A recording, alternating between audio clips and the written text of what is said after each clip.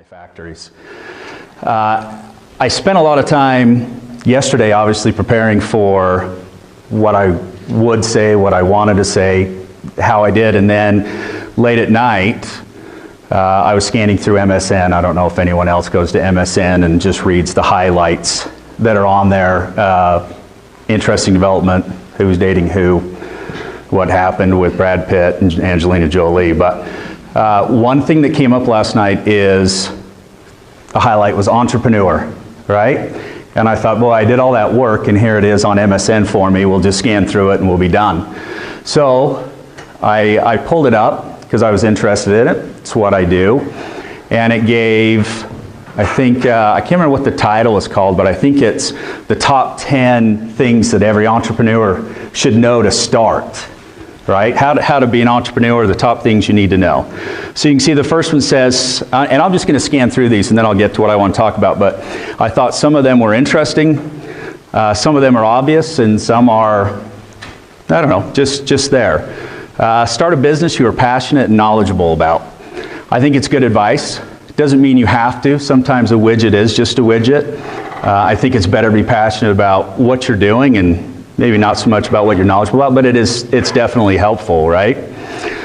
Pick a business idea that has a big market opportunity. I couldn't tell you how. I think everyone has ideas that they think will be fantastic, that could be tremendous, that could turn the world on its ear if you can do it. There are millions of them. Sometimes it's just in your own head. I've spent money, I've built products, I've launched things, I've invented them, I've patented them, and nobody else thinks they're cool except for me. Sometimes that's just the way it is. This is the one I was most interested in. Raise as much startup funding as you can, right? You can see right here, if I'm pointing at it, this is how much advice it gives you on how to do that. I don't have any idea, right? Does anybody in here know how to go out and raise as much startup capital as they can? I grew up in Grantsville, Utah. I didn't have any connections to money. My family didn't have any money. I came from farming people. So this is one that escapes me. Raise as much startup funding capital as you can. I've been doing, obviously, business for myself for 20 years. I've run into people that can do this. Most recently, there's a company out there called Rhone, R-H-O-N-E. If you Google it, it'll start to pop up on all your news feeds. They're brilliant at that. Target marketing, right? They've built a product, an athletic wear product for men, for fitness. They've tied it to CrossFit. They've tied it to lifting. Nate Checketts is the founder. He's the son of Dave Checketts. You'll hear that name quite a bit. He's got a brother on the radio in Salt Lake. Dave has a ton of money. He's worked for the New York Knicks. He worked with RSL. He brought RSL to Salt Lake. Nate is his son. In 2014, they sold $500,000 in athletic apparel. Lost $400,000. Off of that, he went out and he did a round of funding. Just getting to this point. He raised $10 million on a company that sold $500,000. Ledge Sports does $5 million a year. There's no way I could raise $500,000. So I was just pointing this out that sometimes it's who you know, not what you know. In fact, that happens a lot. Because that. What do you think about don't worry about diluting your percentage? Always worry about it. That's the number one thing you worry about, right? That's all you worry about is diluting your percentage. This one really grabbed me. Raise as much startup capital. Sometimes it's just not an option. People bootstrap, which is okay. Constantly monitor your finances. It's great advice, but it's impossible not to. That's all you do is monitor your finances. Research the competition. I was reading a lot of quotes when I was putting this together on business and entrepreneur. Said, don't worry about competition, just worry about what you're doing. It just happens all the way around. You can research your competition, you can see what they're doing, how they're doing it. It's just part of your realm. You want to see what everybody else is out there doing. Ask for advice from other entrepreneurs. So I guess we can check that off, right? You're in the class, you've heard it, you've had some really good speakers. Develop a great elevator pitch. I think it's good, but if you have something that's intriguing, people are drawn to it. And you'll know quickly if if people aren't drawn to it, that maybe it's just not that fantastic of an idea. It really has to gain a lot of that social momentum. Hire the right people. This was the other one on my list of those three. I'm terrible at hiring people. I hate hiring people. I'm a terrible manager. I can't micromanage. It's just not what I do. So in the presentation, I have a bit in there about being self-aware, right? When I hire people, I just expect them to do what you're hiring them to do and be paid for. I can't watch them doing because I'm so self-absorbed in what I'm trying to accomplish that I don't feel like I can do your job and my job. Other people are good at it. And that's how they grow and they duplicate themselves. I've had a company with 200 employees. I hated every minute of it. I can't babysit and control that and micromanage people. I prefer a smaller company where I know what's going on, the people I trust, they do what they're supposed to do, and we know it inside and out, and I don't have to worry myself with what's going on day in and day out. So I look at myself as a very poor person for hiring people. Doesn't mean it can't be done. It's just never been one of my strengths and one of my focuses. Never stop networking. Probably the number one on the list. Sometimes things just take time, and after 20-something years of doing this, your network gets stronger, you get people you can rely on. Some of your network are people you've put in place, others are just friends that you've kind of grown along with. Give great customer service. I'll admit, our customer service isn't all that great. It's just we rely on the products to kind of sell the products rather than being on the customer service side. And I've never really been in an industry that has relied on a lot of customer service. Hire an experienced startup attorney. I don't know that that's necessary till way down the line. And way, I think, till you're making a lot of money. There are some advice they can give you, some expert, but I didn't rank this high on the list for what those would, one of my number ones would be. Get comfortable public speaking. I guess it's just in what you have to do sometimes, but it's not necessarily the case. Focus on building a great product or service, but don't take forever to launch. It's a good point. If you're going to go, just go and do it. You can't sit back and plan and wait and worry how much funding you're going to raise. Sometimes you just have to do it. And I guess the last one says, hey, just do it. So, with that, we're not using the presentation. Kind of blew up on me. Let's restart. Like I said, I just found that last night and I thought, boy, I could have just forwarded this to you guys. You guys wouldn't have to listen to me bore you. Let's see. Open. So one thing about when I was asked to speak, and I appreciate the opportunity, is this question that I put on the front of here. Why did it say blocked?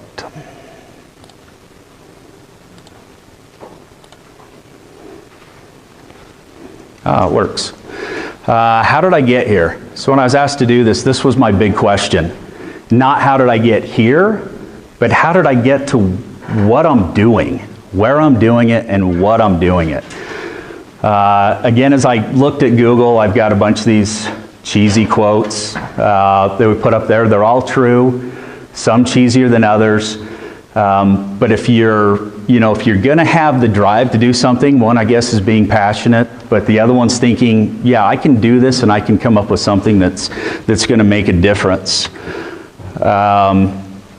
This quote has been one of my favorite quotes, right? I don't think being an entrepreneur is all roses. A lot of it's very stressful.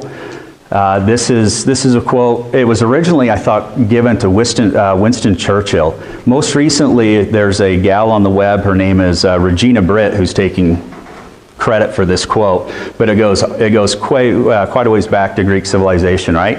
If all mankind were to take their troubles to market with the idea of exchanging them, anyone seeing what his neighbor's troubles were like would be glad to go home with his own.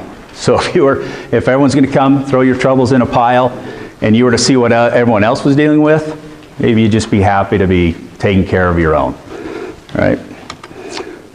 And then I go back to this with the fundraising, right? If you don't have the connections and you can't do the fundraising, this is from Churchill. I have nothing to offer but blood, toil, tears, and sweat. Because that's what it comes down to, right? If you're going to bootstrap and you're going to start on a credit card, which is what I did from the very beginning. You have to have enough self-confidence in yourself to believe in what you're going to do, and you're going to self-fund it.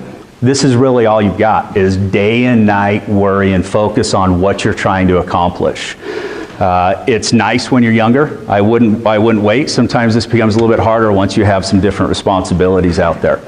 So with that, we're going to take a little bit of a diverging path, and this is really more about me and what entrepreneur is in my head.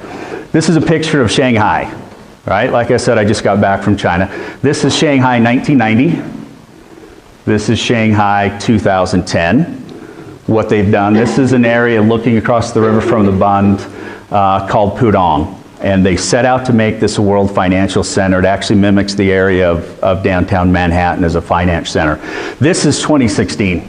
Really, I only put this up because this building is unbelievably massive. As you can see, this used to be the tallest building in the world. Then they added the bottle opener. And now they've added this thing called One Trade Center, which is enormous. And the only thing that's dwarfing it is the Burj Khalifa out there, and because of its spire. But this change is just really progress, right? It's adaptation. So I brought this up just because I wanted to lead into what happened to me on my last trip to China. Now, I've been to China enough to know that there are swindlers at the airport. There's people who sell you fake goods, right? Anybody want an iPhone 7? They're there. So, as I was going to the airport, a guy walks up to me. He has an iPhone 7 in his hand. iPhone 7, 256 gigabytes, which are running roughly, what, $1,200? $1,100? He hands it to me, puts it in my hand. You're trapped. I'm pushing my luggage, trying to just get in the door. I've seen this show before. I've seen it with the iPhone 5. I've seen it with the iPhone 6, and you pick them up, and they're junk, and they're whatever. And this guy hands me an iPhone 6. It was gold, not my favorite color, but it was an iPhone 7. And as I felt it, played with it, touched it, this was different than everything else I'd been handed. This was the real deal. And I knew, because I just bought my iPhone 7 before I went. So you touch the button, it vibrates. I took out the SIM card, I put in my SIM card, I called myself, I sent a text. This was the real phone. I was shocked. And he said, I want $500 US for it. Said, I don't have $500 US, and there's ATM in here, and don't worry about it, and it's a negotiation, right? Everything in China is a negotiation.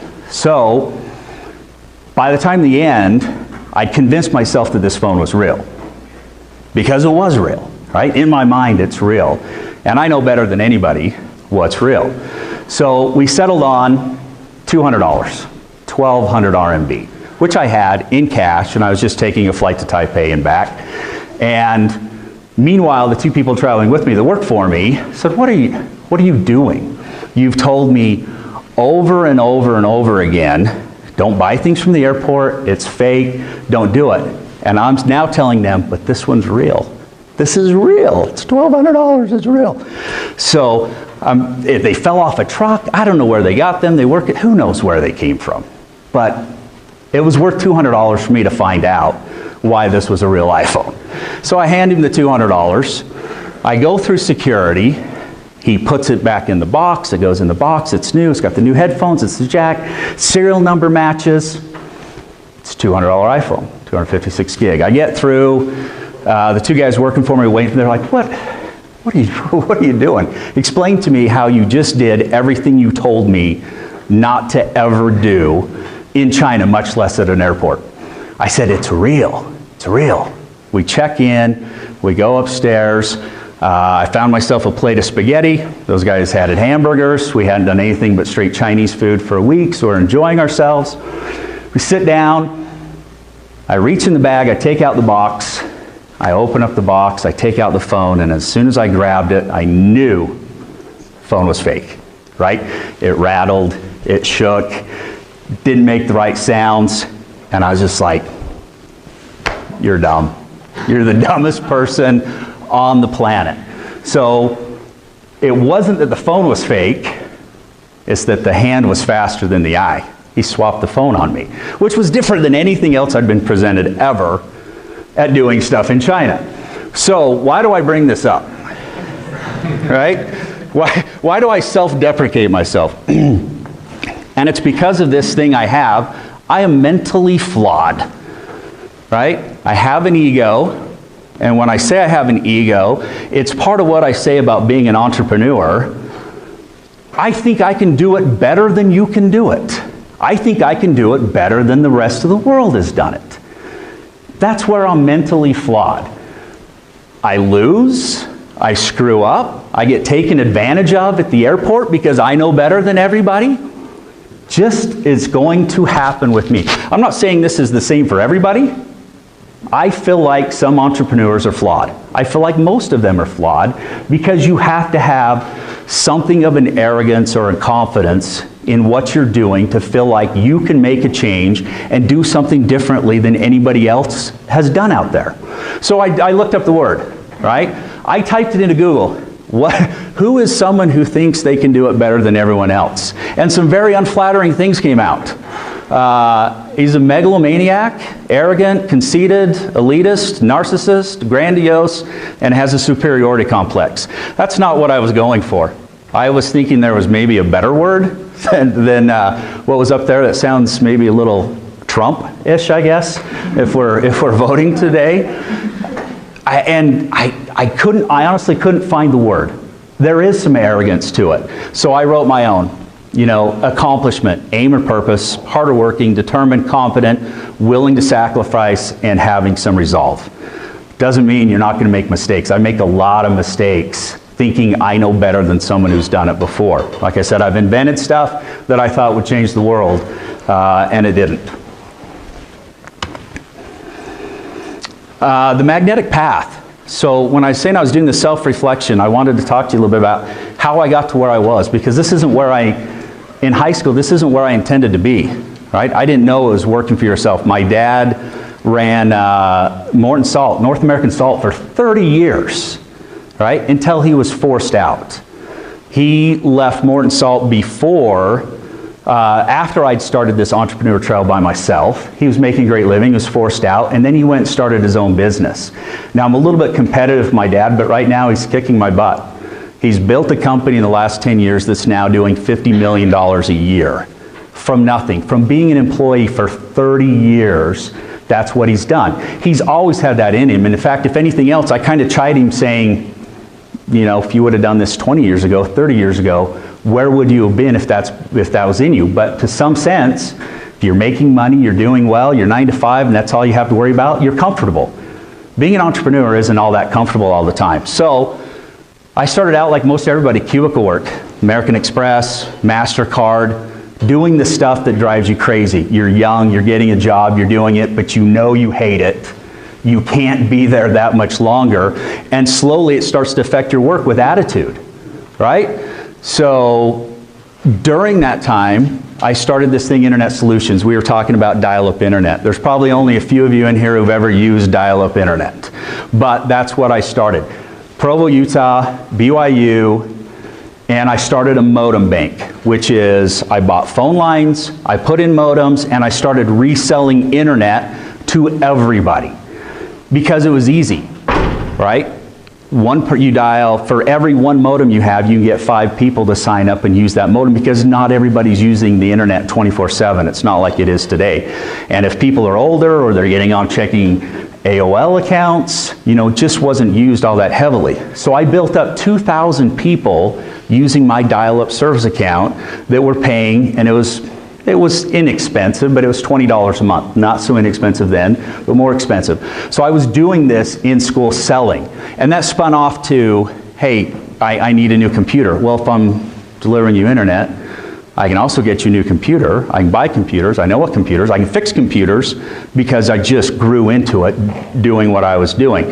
So this Internet Solutions kind of grew out of a little bit of interest, something that I saw for a need for.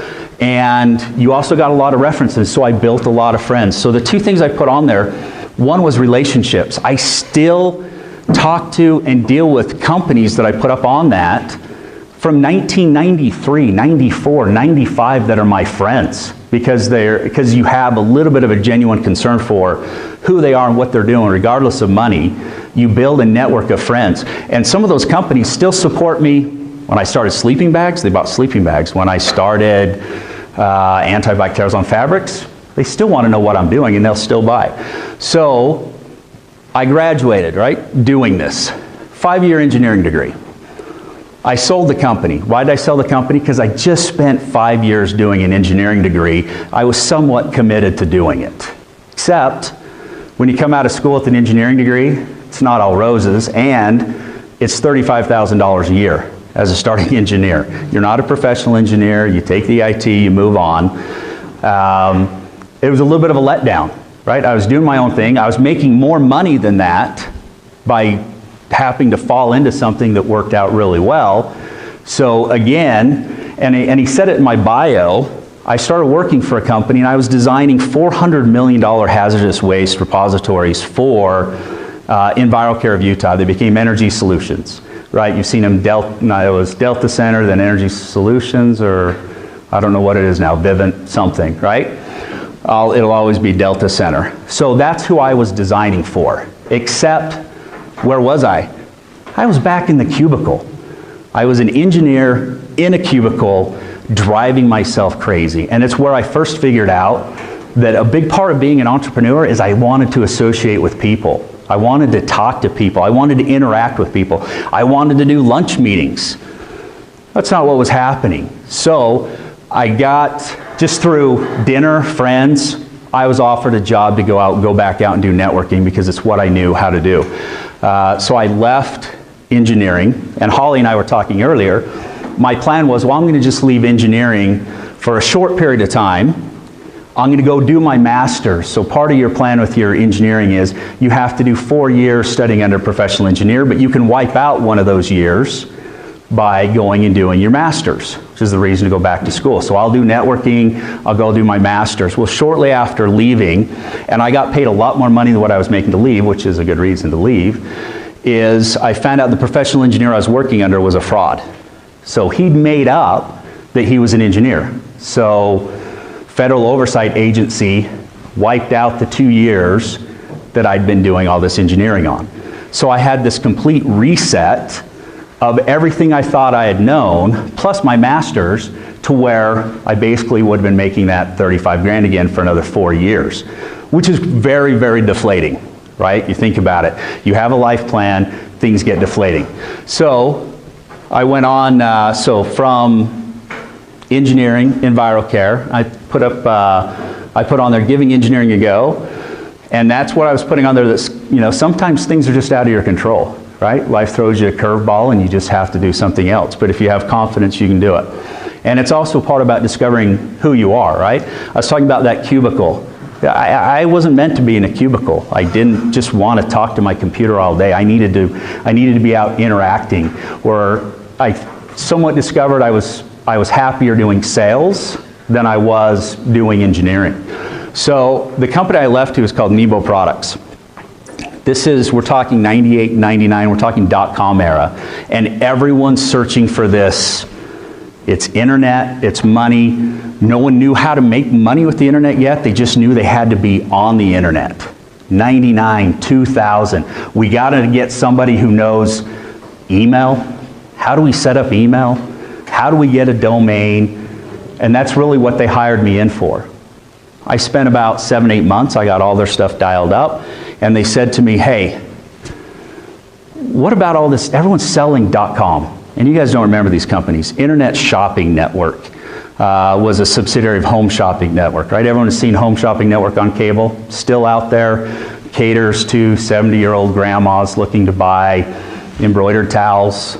Well, they started an internet company, and there was 2 or 3 of them. So for some reason, since I was the .com guy, I was the geeky tech in the office, they sent me out on a sales trip. Didn't really make a lot of sense. Nebo was bringing products in from Taiwan. So this is my first experience with stuff that was being imported. So they sent me to this .com, to that .com, and I went on a 3-day road trip. Arizona, San Jose to Silicon Valley to meet with a lot of these guys. Brought a portfolio. I brought the stuff that we were importing from Taiwan, which was mostly hand tools. And I came back with orders for $200,000, which was shocking. Shocking to me, shocking to them, shocking to the business. Just kind of because you were out there, because you could talk, but it was the first time where what I was saying about cubicle and me being out talking to people changed my opinion of what we needed to start to do. They had 30 salespeople full-time on phone calls selling a dozen screwdrivers at a time. And I just came back selling 100,000 screwdrivers. Didn't matter who it was, Home Depot, internet shopping. And they said to me, hey, I think we've got you in the wrong spot. I said, hey, I'm willing to give it a shot. So very next chance we had, got on a plane, went to Taiwan, did the trade shows. They're worried about hand tools. I'm not so interested about hand tools, even though I love Lowe's, I love Home Depot, I love everything about a hardware store. But while I was walking these shows, I came across sleeping bags.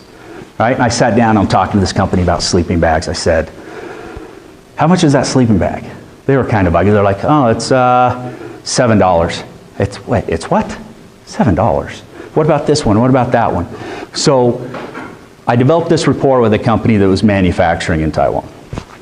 I came back home, I ordered sample sleeping bags. I took all the sleeping bags I'd ordered up, designed, sampled, colors, and I went to Sportsman's Warehouse. Everyone heard of a Sportsman's Warehouse? There was only one, 72nd South. I went in and talked to the buyer. Said, hey, here they are, I'm doing this. It was still with Nebo, they were helping me fund this little pet project. What do you think? And they said, yeah, they're crap. These are absolutely horrible. I said, well, what do you do different? What do you change? We do this, we do that, we do this. And I did. And I changed them, and I went back. What do you think? I think they're really good and the price is right. I'll take this quantity, I'll take that quantity, I'll take this quantity. So you can see I'm just starting to dabble in my own thing of what I'm doing.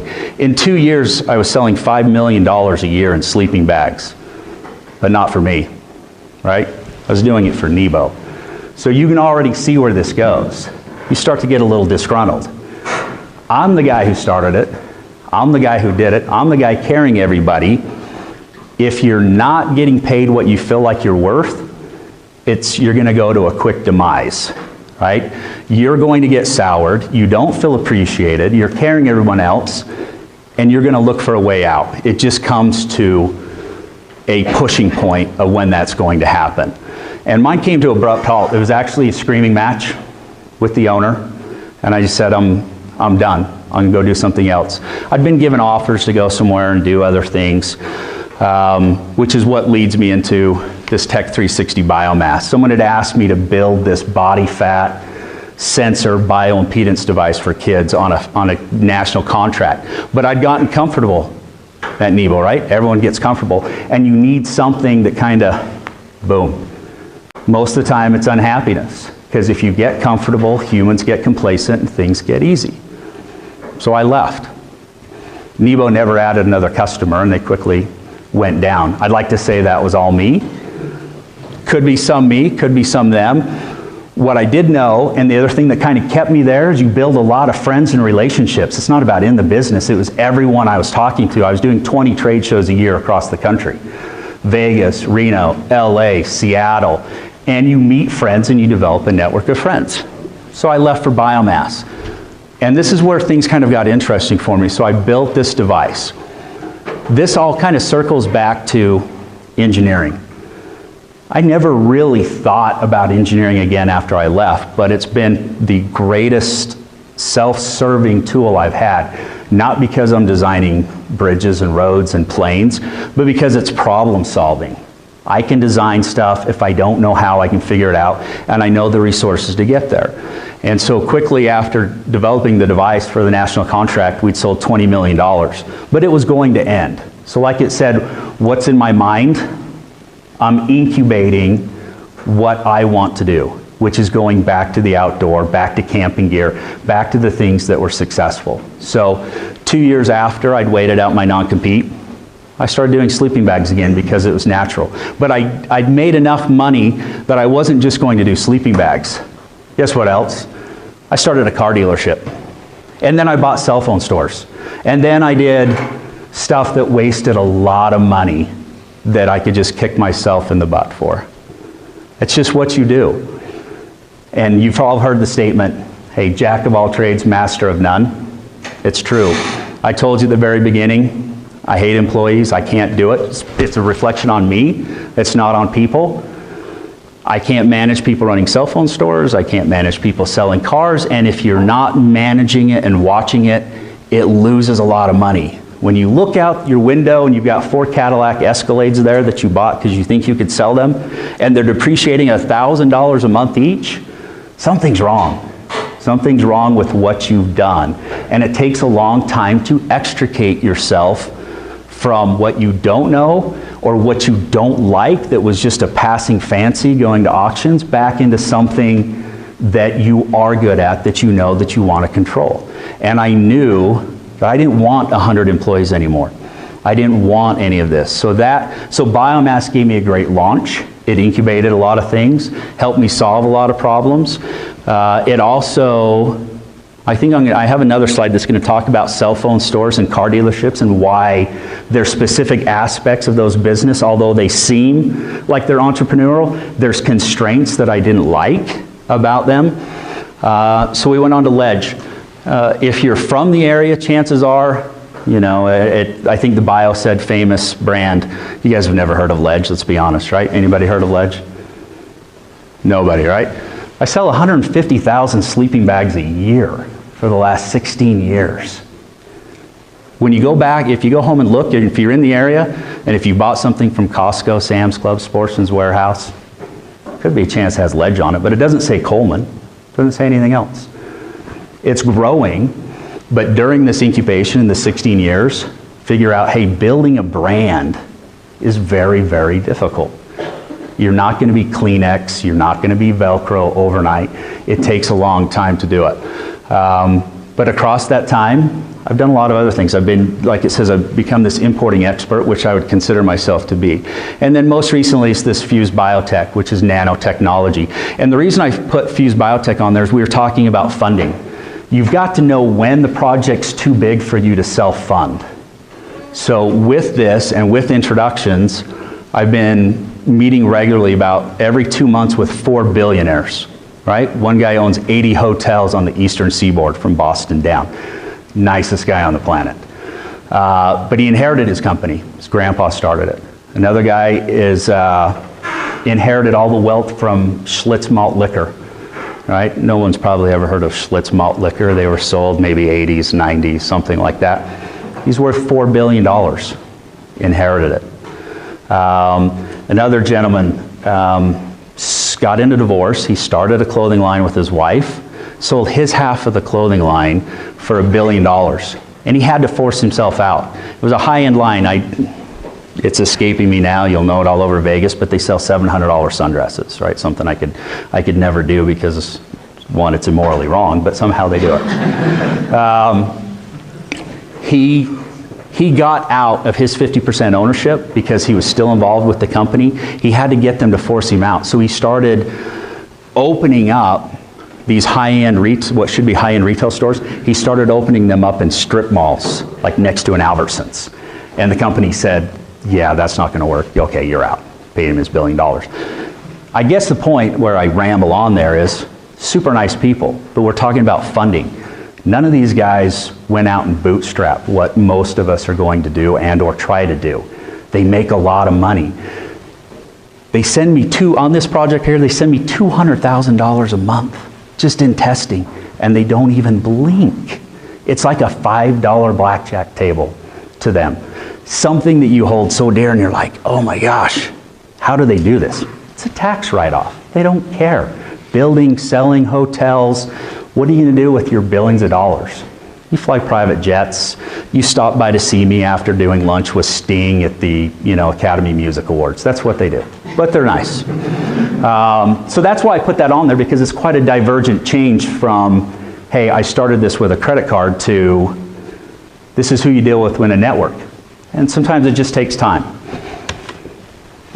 Like I'm way over on time, so I'm sorry. Why do I do it, right? Why would you guys do it? You can see my number 1 on there. Why do you guys do it? Is it about money? Shouldn't number 1 be money? It's 3. I do it for the ego. And it's not because I'm egotistical. It's because when you buy one of my products in the store, you're buying a piece of me. Golly darn, you like me. That guy likes me. Look what he likes me, right? It's ego. And when they reorder, that's what I said, when they reorder, it's twice as good. They really liked it, they're ordering more. Look how cool I am.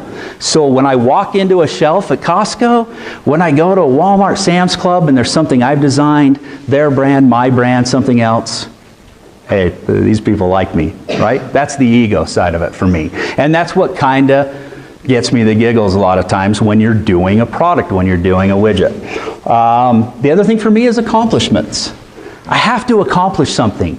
Remember we talked about this at the beginning, I'm mentally unstable. You're mentally unbalanced a little bit. For me, if I fail at something in business for the week, I have to accomplish something. Doesn't matter what. Sometimes I'll just tile a bathroom floor because I feel like I started it, I finished it, I learned how to do it, I ended it. It looks okay most of the time, my wife will say. I'm a self-proclaimed 80%er. But it's about the accomplishment, right? I get 80%. It's about the accomplishment. I feel like if I have a failure, I have to have a win somewhere that balances me mentally, that takes some of the stress off and brings me back. Some people do woodworking, others do hobby. I downhill mountain bike. Sometimes I got to get out on the mountain bike quite a bit. Then last would be money. That quality of life. I've always said when you work for yourself, you work for everyone. There's a lot of good, there's a lot of bad. Phones make it easy. You answer emails from being in line at Disney. You answer emails from riding the lift, mountain biking. There's a lot of things that give you freedom, but you're always answering. Every customer. I have 4,000 customers. They all call, I answered all of them. You treat them all nicely, you grin, you bear, you keep going. You don't leave at 9 to 5. I have a banker who has 2 phones. He has an office cell phone. He has his home cell phone. He turns off his office cell phone at 5 o'clock. If I leave him a message, a text, he calls me the next day. Doesn't give a crap otherwise, right? There's no reason to. If you're looking for that, work for somebody else. He makes a great living. It's 9 to 5. But if you're out there hustling, it never stops. It just keeps going. And that's probably the biggest example. You can leave your worries behind somewhere at 5 or 6 o'clock. But the thing about it is sometimes you can work twice as hard, you just don't get twice the benefit. So what do people naturally do? You do what's adequate. And so for me, it doesn't fulfill accomplishments. I put passion. I put down the question, why do you do it? Money, passion, power, artistic calling, service to humanity. If I was going to give you one thing, your number one thing, figure out why you're doing it. It doesn't have to be money. Doesn't have to be a lot of things, but if you don't know why you're doing it, you're just dredging. A lot of happiness goes out the window. The greatest job I ever had was cleaning cars at Mark Miller Subaru Pontiac when I was 17 years old. It was the most fun I had, right? You drive brand new cars, you fill them up with gas, you drive them around the lot, you have other guys, kids your age. It's the most entertaining. There were some rewards to it. It certainly wouldn't support you financially, but I still look back at it as probably, the best job I ever had. Kind of summarizing. If I was going to tell you anything, what I wish I knew, right? Here's the big one. Financials. Read and create financials. You start doing loans, you start creating financials. I was at a major disadvantage being an engineering student because we don't do any financials, right? There's nothing. There's nothing in financials, there's no reporting, there's nothing. So the first time you go into a bank and they're like, see your financials. You can't pay someone to do that, you're bootstrapping. You're not paying an accountant $150 an hour to create your financials. Better yet, sometimes you don't want to know what they say. You just know they may not be good or bad. So I created my own set of financials, and this is honest truth. Went in, handed them out, put them down, did the best I could. One of the bankers, VP of the bank, First Utah Bank, I'll never forget it, picks it up and he goes, hey, on your balance sheet. Yeah, what about my balance sheet? It's supposed to balance. Oh, I'll check on that and I'll get back to you. right? You're oblivious. Some things, you can be as good as everything as you want, but some things you're oblivious to. You have to figure them out. So the number one thing I felt like I was lacking is financials. Here's the other secret. Bankers can't read financials. I don't care who they are. I don't care how high up they are. I don't care how much study they had. They can't read your financials either.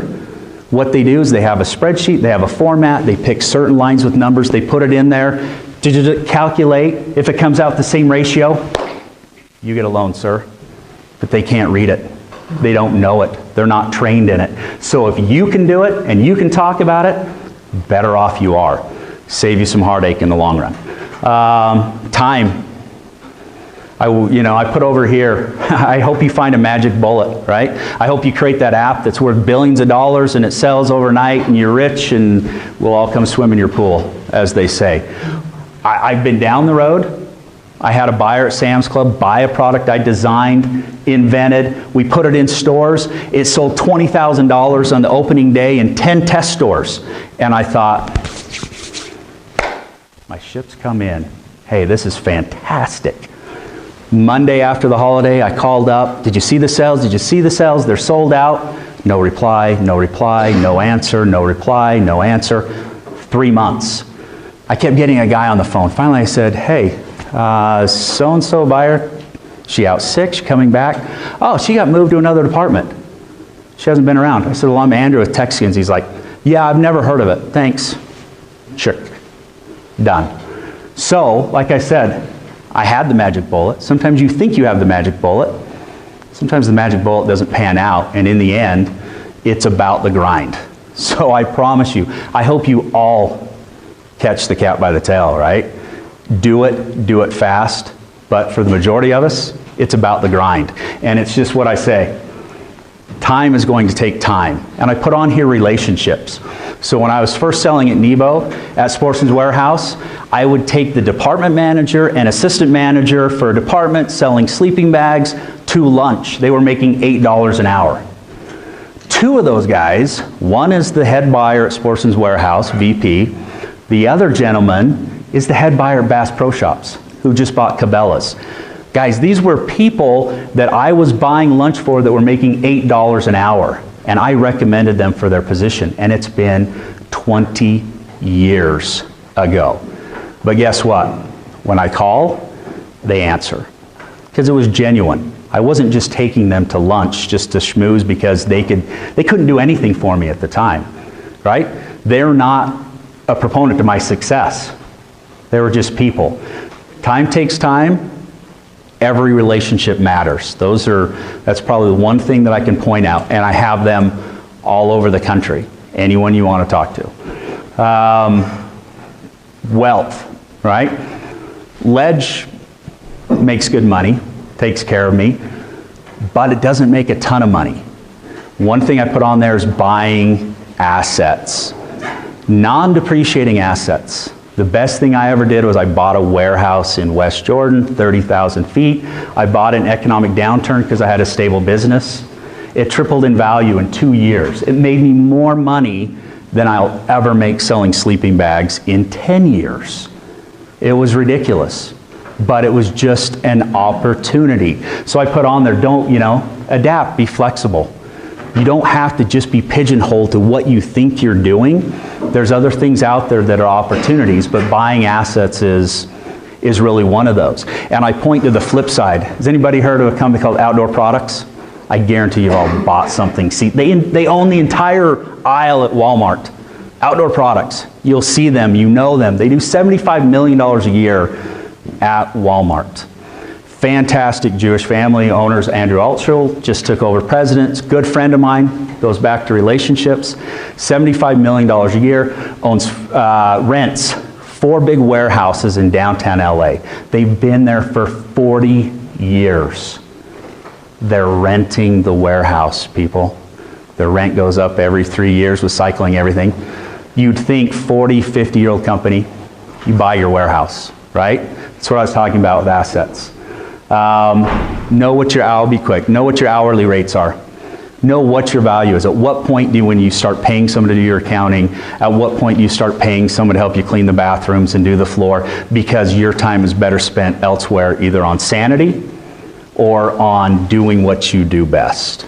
Takes a little while to figure out. Personal loans are harder than business loans. Guys, face it. Housing, if you're self-employed, buying a house, it's a nightmare. But getting a business loan, it's a lot easier. Let's go back to financials. Figure out your financials. Sometimes the point is not to make money. That's what I'm going to tell you. Sometimes the point is to break even and buy assets, not give your money to taxes. My dad just bought 6 brand new 2017 F-350s. Why? Because most of the money would have gone to taxes, so why not buy a 2017 F-350? That's the whole point. It's the system. It's backwards, but it's the system. You know, why give it to the government when you can use it?